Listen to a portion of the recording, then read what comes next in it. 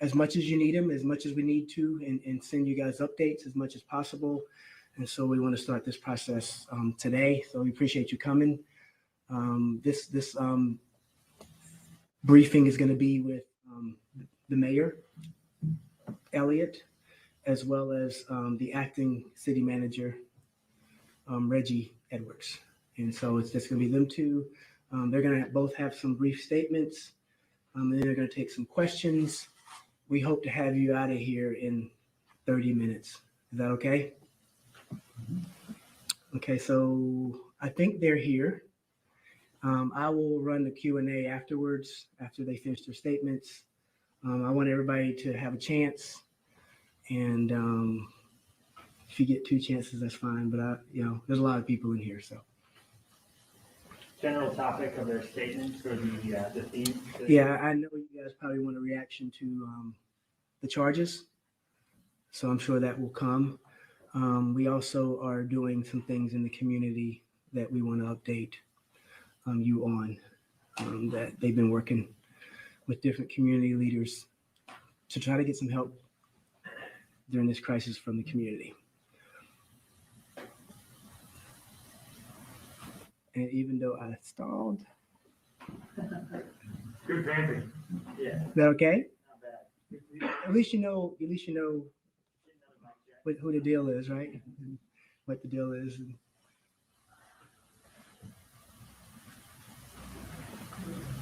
I can't imagine how busy you guys are, how tired you are. So appreciate it. I never used to say that when I was at Minneapolis Public Schools, so I can say that now. Right? Sheila, right? A lot more relaxed.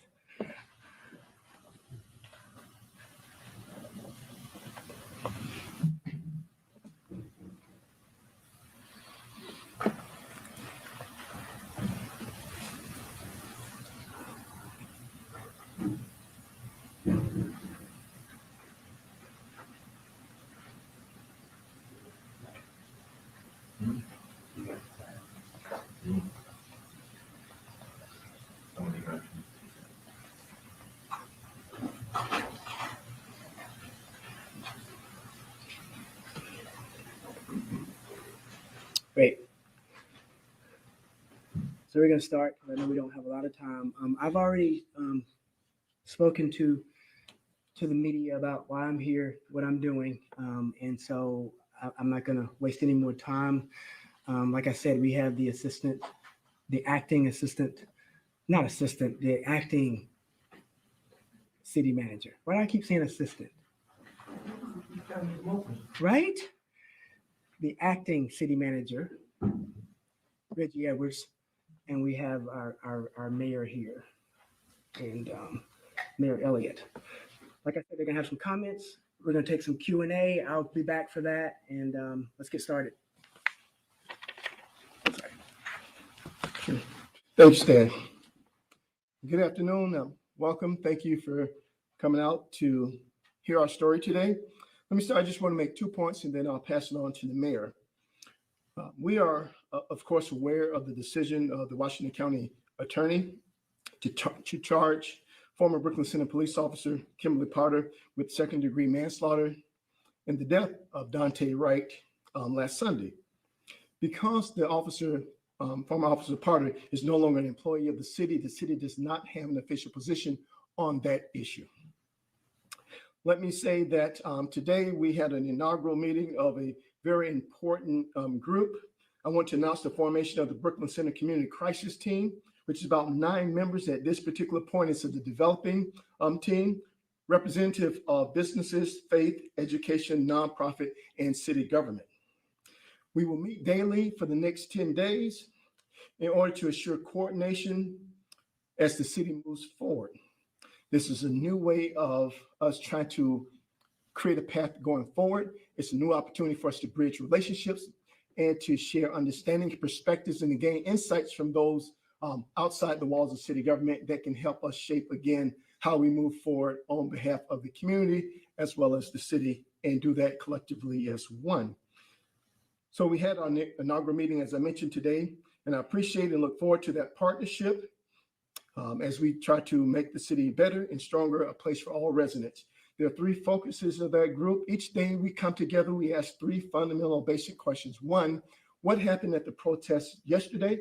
And we try to learn and to try to see what that looked like and how that experience was from the eyes of those around the table. So again, that's no longer the city looking at the protest from the city lens or simply community from community lens. We're sharing those and gaining insights from each other. So as we ask about what happened yesterday, then we ask the question, how does it form what we will do today?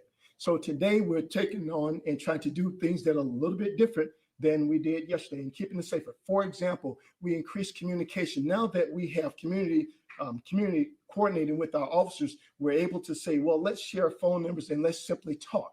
When you see something happening, you can communicate with us. When we know something, we can communicate with you. It's a small step, but it's something that would not have happened had we not start coming together and working together as a team. And the final thing is, as we think about what we would do tonight, we're planting the seed of how we move forward. We understand that this will not change overnight. Relationships will not be built overnight. Trust will not be built overnight. But as we come together, as we share, as we understand, and as we work together and create successful practices and opportunities, we will get better in the long haul. And that's where our systemic change will come. So I appreciate that. I appreciate you coming in tonight. With that said, I'll have the mayor come forward to share his thoughts.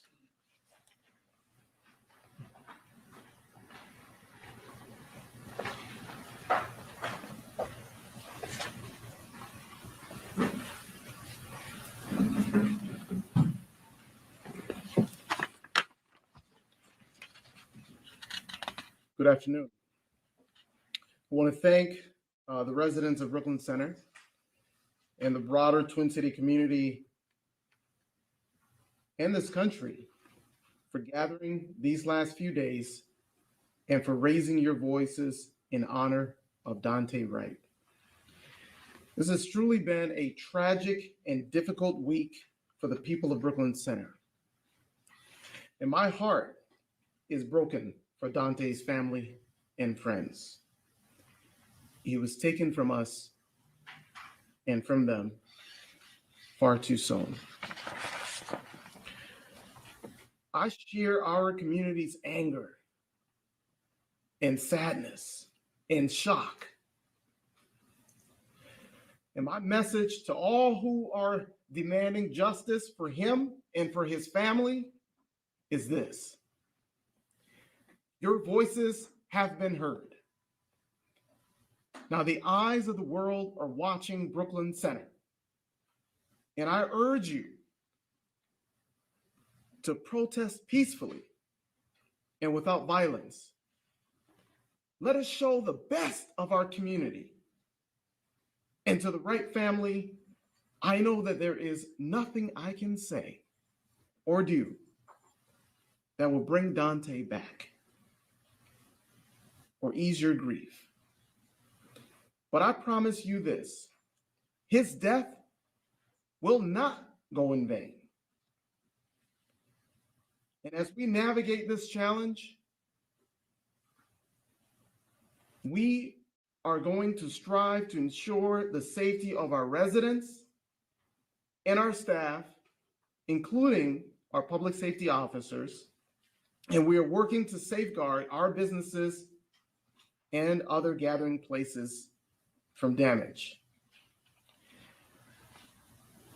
With the news of the decision to charge the former Brooklyn Center police officer with manslaughter comes a prolonged period of continued grieving, hurt, and understandable anger.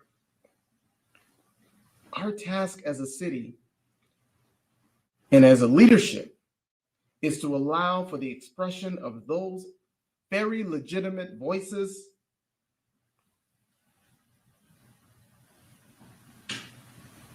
and to also create a pathway forward toward healing and renewal of our stability and strength as a community.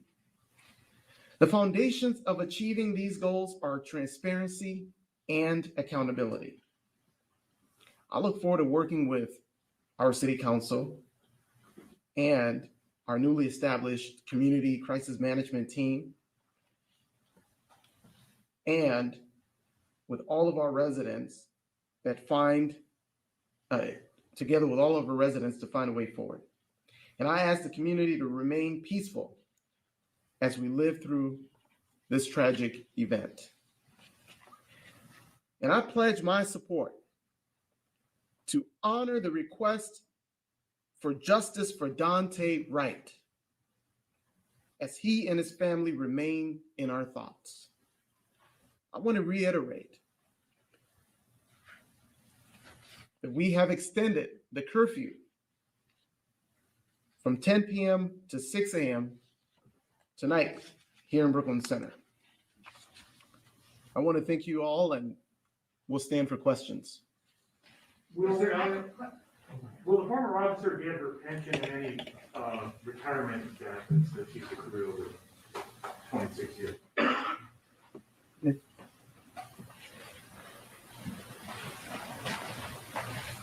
Thank you.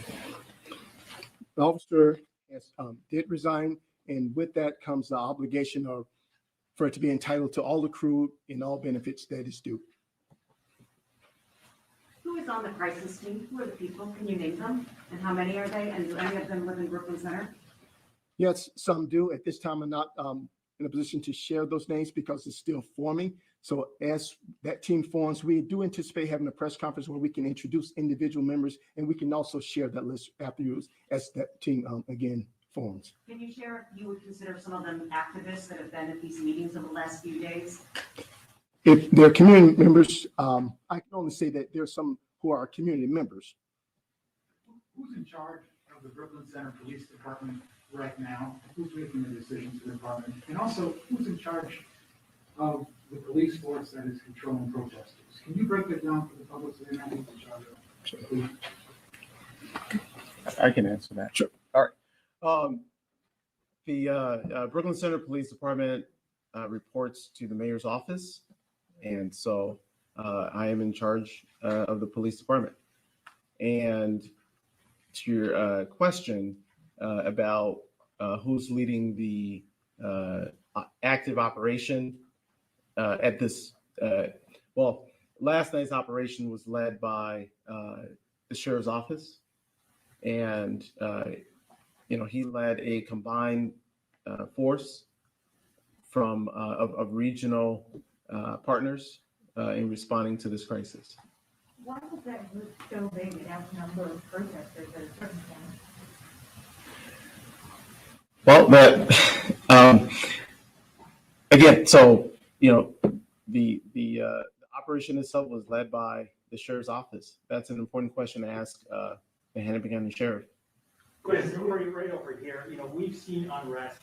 We've also seen calls for peaceful protests in the past, and we've heard that community members have been reached out to so they can share that message as well. How is this different, and how do we expect this to work? I'm sorry, can you repeat your question so I can understand it and answer it well? With the new community response crisis team, how is this different, and how is the message to demonstrators going to be heard so that these protests stay peaceful? Well, it's our goal to make sure that people continue to be heard. The community crisis team that's been assembled is one way of making sure that the grievances that people are putting forward are, channeled in a way that we can hear and address those grievances. And I don't know, Dr. Edwards, did you have more to add to that? I can only say that we are formulating those strategies. So again, as I mentioned today, just today, as it relates to improving our communication, that will hopefully deliver greater safety and better coordination than it did yesterday. As we meet tomorrow, we will have additional strategies. Again, we're meeting for the next 10 days every day. So it's our job, and what we're tasked with is to come up with those ideas and those strategies. So I'm not sure what all strategies have been done in other parts of the country and other places of civil unrest, but we are endeavored to try to be as innovative and creative as we can to create those opportunities for safe and peaceful demonstration here in Brooklyn Center. Is the city of Brooklyn Center self-insured, or do you have other liability insurance, given that a lawsuit in this situation is highly probable? So to to the best of my knowledge right now, to answer your question, we are part of a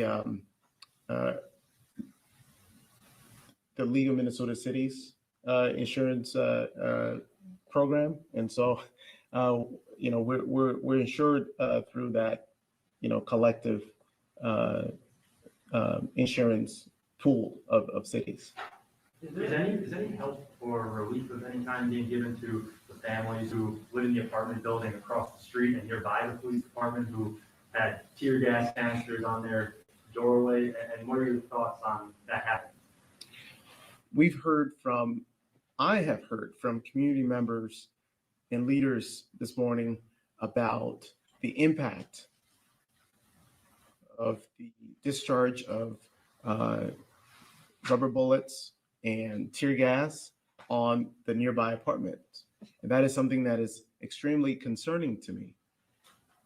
Our city council obviously took the step to pass a resolution imploring the Brooklyn Center Police Department to not use such tactics and those are some of the reasons why our council took that step. So the folks in those apartments are, have been impacted by the noise, by the gas, by the rubber bullets, and we're actively working with community-based organizations to offer relief to the people in those apartments, whether it's in the form of food or other needs that may arise. I know you said that the sheriff is in charge, but have you had conversations with him, like lay off our people, with that kind of stuff? We certainly have had conversations. We've relayed, the resolution that the city council passed. We've conveyed those sentiments to the sheriff's office, and so they're well aware of the position of Brooklyn Center, at least from the city council standpoint. What's the city's role in Operation Safety Net? The city is a partner to that operation, like many other law enforcement agencies. Mayor, will the crisis member teams be paid? And why did the city feel necessary to hire a PR person? The crisis, you can speak to that. Sure. The Crisis Commission team members are not paid, they're volunteers. And they've been gracious enough to work with us as a city to try to, as we share a common goal of trying to bring peace and be able to protest peacefully and bridge new gaps and build relationships with our city. As it relates to public relations, we do need capacity.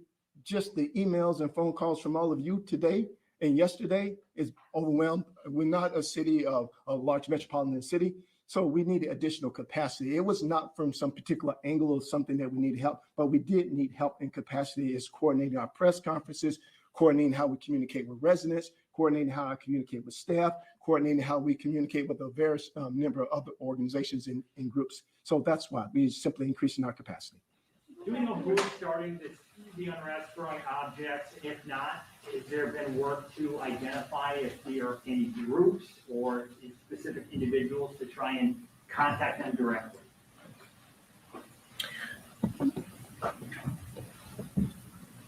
Suffice it to say that the law enforcement team that's assembled to respond to this crisis is working diligently to identify agitators within the protest, because we know that there are a large number of people who are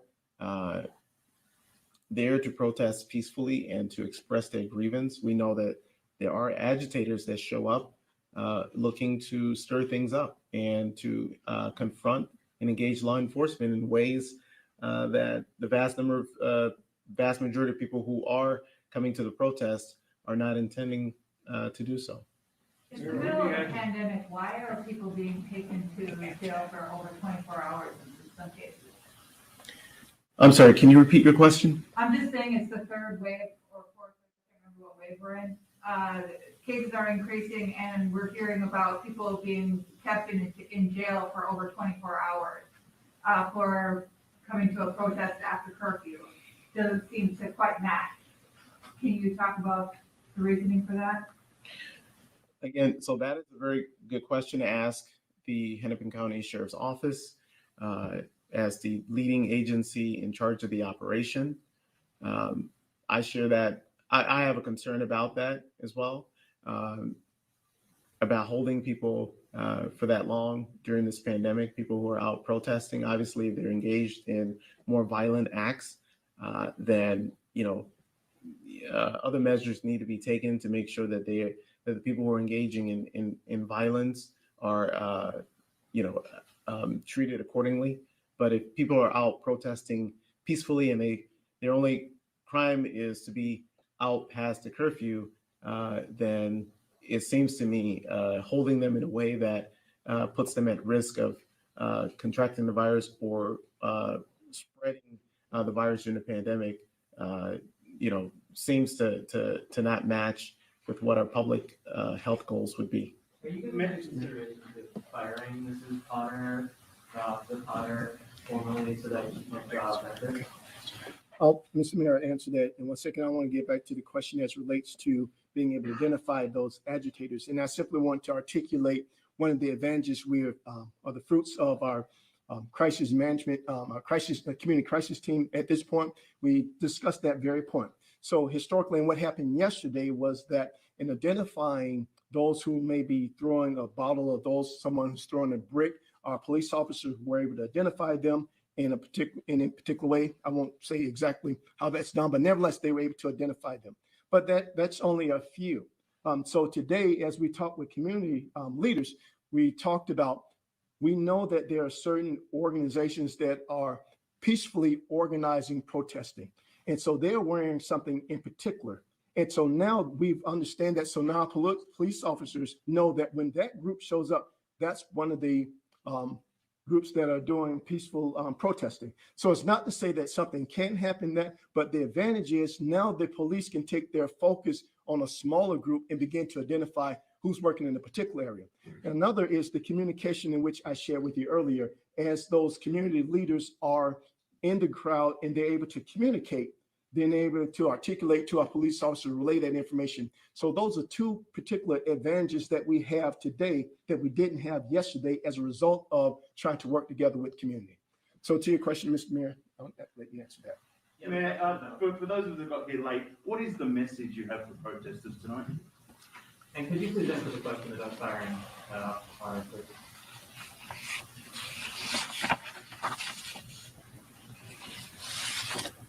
So while I answer that question first, I have no further comments on Officer Potter's current employment status with the city. But I do want to answer your question directly about my message to the protesters, and to reiterate, it is this: all eyes of the world are on Brooklyn Center. And I want to urge you, all of you who are out to protest peacefully, to do so without violence. We need to show, and we must show, the very best of our community. Mr. Wright's family deserves that. And so we're asking anyone who is coming out to protest and protest peacefully to also leave before the curfew, which is 10 o'clock till 6 a.m. Today in Brooklyn Center. Mayor, do you support the policing of this demonstration? The way that they're using pepper spray, pellets, and gas at times, the whole approach to policing. Is there any democratic oversight of this? Are they listening to you?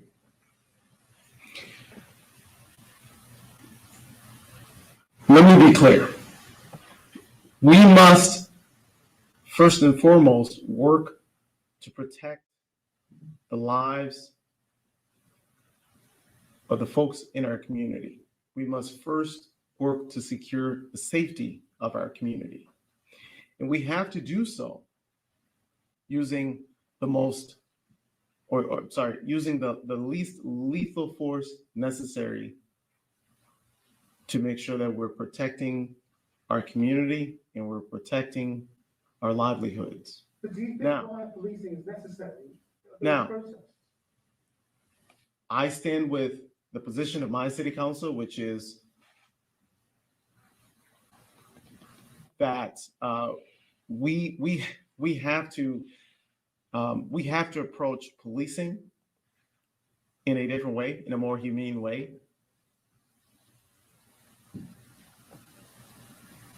Gassing, in my opinion, is not in a humane way of policing. And are the police listening to you? Our police department and our officers are not involved in gassing. No, that's not what I asked. I said, are they listening to you when you say that they need to change? Are they saying, yes, we will change? Or are they ignoring you? Well, I guess the facts speaks for themselves, right? They're ignoring you. Why isn't a member of Operation Safety Net here to answer some of these questions? Because it seems like that is what is in charge right now in front of the police department. And to his question about whether or not they should be doing that or not, I feel like it's difficult for you guys to answer, but the community and those who would like to protest, and as was mentioned, the majority who were peaceful last night may have been experiencing some of that gas. Again, circling back, I apologize for the length. Why isn't a member of Operation Safety Net not here to answer some of these questions? That is a very important question. Again, I would direct those questions to the sheriff's office. Mayor, the sheriff's office, State Patrol, the guard, they're all here as part of the mutual aid process. Did you not ask them to be here and to help? Or is that not how that works? I did initially ask for mutual aid. The operation last night was under the auspices of the sheriff's office. And that's all I'll say about that. Are you basically saying you have no control over what's happening in the city and what's in there? I retain full control of my department. The operation that took place last night was completely under the auspices of the sheriff's department. Have you asked them to leave? Mr. Mayor, have you asked them to leave? You don't condone what they're doing. Have you asked them to leave? The sheriff's, to my understanding, the sheriff's department has policing powers throughout the county. What do you think about them asking the media to leave multiple times? Asking the media to leave, Demanding that we leave? demanding the media to leave is absolutely, unequivocally unacceptable. I issued the curfew order, and my curfew order permits the media to be there past the 10 o'clock hour. The curfew does not apply to the media. They didn't follow that. They must follow that. Do you plan to ask the law enforcement presence to leave the city at this point? Well, we're working to make sure that, again, we have to protect the lives of our citizens, and we have to work with our team to make sure that we're formulating a plan to secure that, and we're doing that. However, what I will say is that to my understanding, the sheriff's office has policing powers throughout the county. We're gonna take 3 or 4 more questions, guys. Regarding the curfew last Okay. night at 10 o'clock, I was just outside the police department and I got an emergency notice on my phone around 9 o'clock letting me know to leave the area because it's curfew, but it was originally set at 10 o'clock. Can you describe what happened there? The emergency notice that went out to cell phones did not originate from our city. And so, to my understanding, I believe that is a function of the county. Okay. But you're in charge of setting the curfew. Absolutely. Okay. Is the city at all liable for paying for former officer party defense? Is that a union thing? Can you question one more time, please? Is the city paying in any way for former Officer Potter's criminal defense? Well, the Officer Potter is no longer an employee of the city of Brooklyn Center. So should we be involved in a lawsuit, then we would have to cover our liability, whatever that may be. But we're not in any way defending Officer Potter because she's not an employee of the city of Brooklyn Center. Two more questions, guys, two more. Brooklyn Park did a 8 p.m. curfew last night. You did a 10 o'clock curfew. Curious why not make it earlier, since really the chaos kind of started right around 8 o'clock, it seemed. Well, we are balancing people's rights to peacefully assemble. We're also in the month of Ramadan, and people are, traveling back and forth. Again, the curfew order does permit people to travel for work, for emergency medical attention. Working with our team, we determined that 10 o'clock would allow for people to gather, but at the same time, allow law enforcement to be able to, secure the safety and the peace of our community. Mayor, do you accept that this is a real democratic crisis now? You've made it clear here today that you do not support the way the demonstration was policed last night by the Sheriff's Department. They shouldn't have sent the media away, and they shouldn't have been using pepper spray and gas. They're not listening to you. This is a crisis now, isn't it? You're the elected one. Absolutely. I want to be clear though. My officers, our police department was not engaged in using any pepper spray or gas last night. Were they out there? They were. There was a number of our officers who were part of the operation. However, the vast majority of our officers were responding to 911 calls throughout the city as well. That they should have confidence in the leadership of the city when you're basically saying your hands are tied. Well, I mean, our work is first and foremost to secure the safety of our community, and we are doing that. But how can you do that when you can't control people who are breaking up the protest? Can you repeat that? How can you ensure the safety of members of the city when you can't control the law enforcement forces that are involved in breaking up the protest? We're working, still working to try and work collaboratively with all the law enforcement partners that are engaged in trying to secure the safety of our community. Mayor, my colleagues out there right now being told to go home over a loudspeaker, telling the press to leave in front of the Brooklyn Center Police Department. Is there anything you can do about that? I will see to it that the press is not asked to leave. Thank you. Is there any kind of sheriff in charge of operations safety? Thank you, everybody. A clarifying question. Did you formally accept the part of the making the consistent? Yes. Is it Reggie. No. No. Okay.